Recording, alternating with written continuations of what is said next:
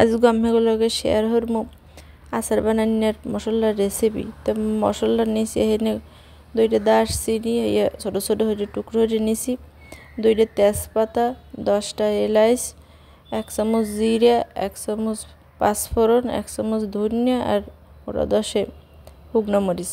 তখন কড়াইতে মই প্রথম দিছি দারচিনি দিয়ে একটু ভাজে, এরপর দিছি এলাচ, এরপর দিছি ধনিয়া।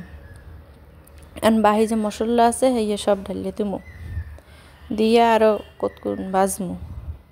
এবার ভাজা হয়ে গেলে এটা আবার থালে ঢালিয়ে থুইয়ে এরপর মরিচগুলো শুকনো মরিচটি ভাজিয়ে নেবো।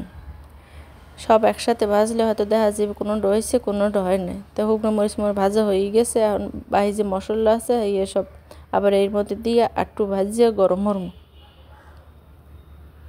ভালো মতো ভাজ দেবে যাতে কাঁচা কাঁচা ভাব না থাকে। হ্যাঁ, এবার ব্লেন্ডারের জারে নিয়ে একটা গোড়া দেওয়া লাগবে। এই পর্যায়ে এটা বই একটা থালে ঢাললে দেখাইতেছে মেঘো যে এটা কীরকমে রয়েছে, এককালে মিহিও না আবার এককালে সাবরা সাবরাও না, মাঝারি। তো আচার বানানোর আগে আগে মশলাটা বানাইলে আর ঘ্রাণটা ভালো থাকে, আর বানাই থইলে আর ঘ্রাণটা বেশি একটা ভালো থাকে না।